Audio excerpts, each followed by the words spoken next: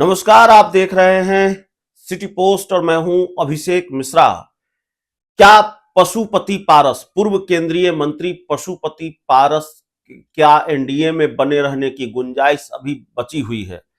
क्या इस बात की उम्मीद अभी बची हुई है कि पूर्व केंद्रीय मंत्री पशुपति पारस एनडीए में बने रहेंगे, या एनडीए में उनकी जगह अभी बची हुई है? ये बड़ा सवाल है। हालांकि पशुपति पारस ने अपनी तरफ से तो ये मैसेज दे दिया है कि वो भारतीय जनता पार्टी से नाता तोड़ चुके हैं, आधिकारिक ऐलान ही बाकी है।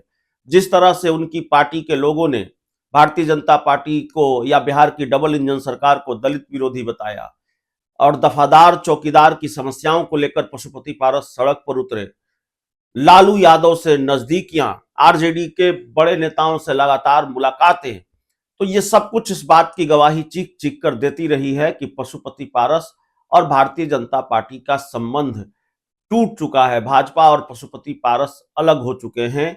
सिर्फ पशुपति पारस की तरफ से आधिकारिक ऐलान बाकी है, क्योंकि बीजेपी ने अपनी तरफ से पशुपति पारस को किनारे लगा दिया, भारतीय जनता पार्टी ने अपनी तरफ से उनको किनारे लगाया। हालांकि भारतीय जनता पार्टी अब भी यही कहती है कि पशुपति पारस एनडीए का हिस्सा हैं और पशुपति पारस एनडीए के सहयोगी दल हैं। लेकिन जब बीजेपी से पूछा जाता है कि आपने उनको किनारे लगा दिया, बीजेपी कहती है कि नहीं, उनके बारे में भी सोचा जाएगा। तो पशुपति पारस क्या आगे भी भारतीय जनता पार्टी पर भरोसा करेंगे, या आने वाले कुछ दिनों में वो एनडीए से अलग होने का ऐलान कर देंगे, भारतीय जनता पार्टी का साथ छोड़ने का ऐलान कर देंगे? ये बड़ा सवाल है।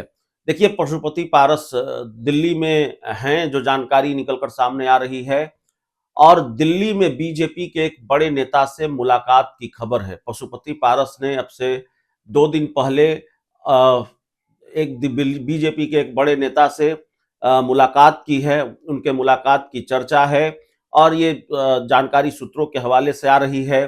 अब ये थोड़ी पुष्ट जानकारी है, इस पर कोई आधिकारिक बयान नहीं आया है पशुपति पारस की तरफ से।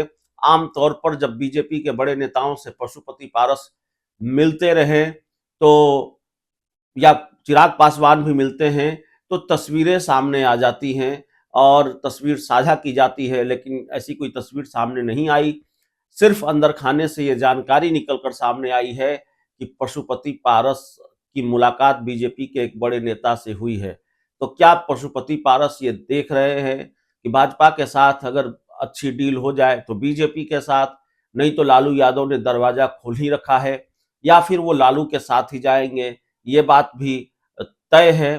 तो कई तरह के सवाल हैं। एक वक्त पर यह लगा कि नहीं, बीजेपी से रिश्ता पूरी तरह से टूट चुका है और जाना अब लालू यादव के साथ ही है, आरजेडी के साथ ही गठबंधन होना है।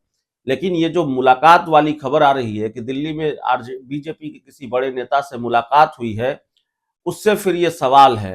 और मैं फिर कहूंगा कि अभी आधिकारिक बयान पशुपति पारस की पार्टी की तरफ से नहीं आया है, लेकिन ऐसी जानकारी निकलकर सामने आ रही है। तो इस पूरी रिपोर्ट में इतना ही। बहुत बहुत धन्यवाद।